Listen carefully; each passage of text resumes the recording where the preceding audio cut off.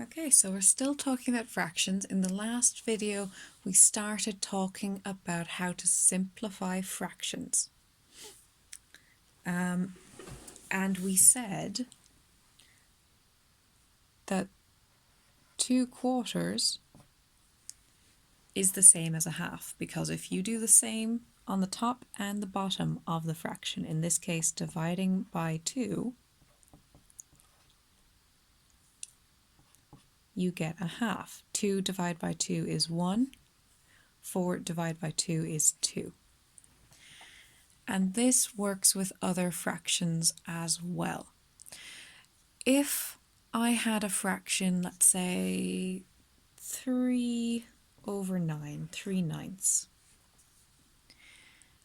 That's a perfectly good fraction, but maybe my question asks me to give it in its simplest form when I'm doing the exam, or maybe I'm trying to do sums without a calculator, and maybe that will be easier to work with if I can get it into its simplest form or its smallest possible numbers.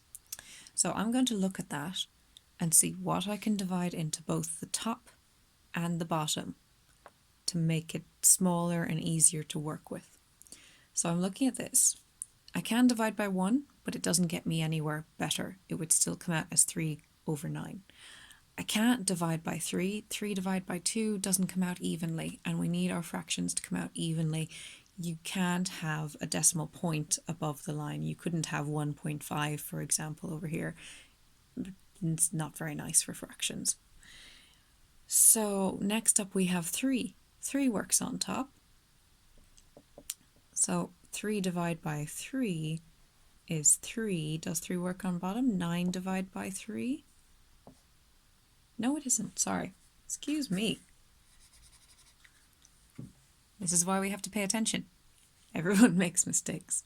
We just go back and we fix it. 3 divided by 3 is 1. There we go. 9 divided by 3 is 3. Now that is a lot easier to work with. Like imagine I had £27. Instead of working out 3/9, which I would have to do 2 sums by, like 27 divided by 9 is 3. Multiply by 3 is £9. Instead of having to do like 2 little sums to work out 3/9 of £27, I can do 1 sum. 27 divided by 3 is £9. And sometimes it's a lot easier to do that. It depends what you're doing, but it's a lot easier sometimes to do it that way. Now, you can do that with other sums as well. You could do it with even really big sums. Now, I haven't checked this one to see how it comes out, but let's say we did 52 over 104. Now, again, I could probably do a bigger number, but I'm going to go for 2. 1 doesn't get me anywhere. 2, it does divide into both. I'm checking it because if the ends are even numbers, you can always divide by 2, and that will get me somewhere. So 5 divided by 2 is 2. Remainder 1, which would give us 12. So 12 divided by 2 is 6. I'm just going to say I've divided by 2. You don't have to put in the little symbols, but it's good to remember what you're doing when you're starting out. Now, if I look at the bottom line, 1 divided by 2, it's no good really.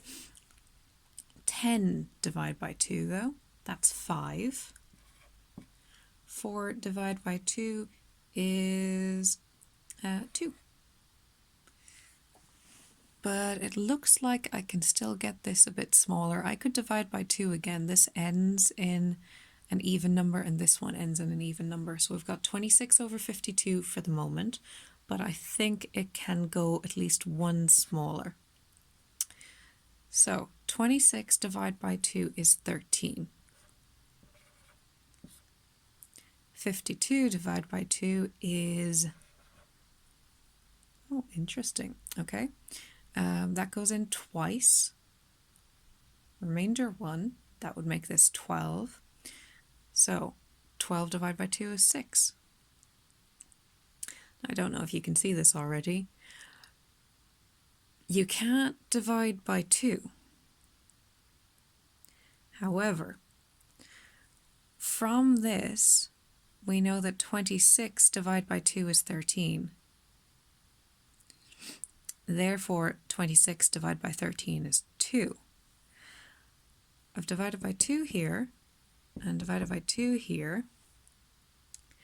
I could divide by 13 here and divide by 13 here.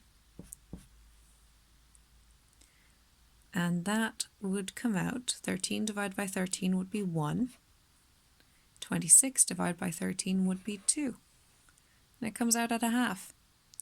So I could have, if I could see it at the start, maybe I did, maybe I didn't, I could have divided 104 by 52. If I had a calculator, I would check that on the calculator to start with. But since we don't and we're just doing it on paper, divide by 2 until you can get no further, or you see something else you can divide by. Okay, I hope that helps. That is called simplifying fractions.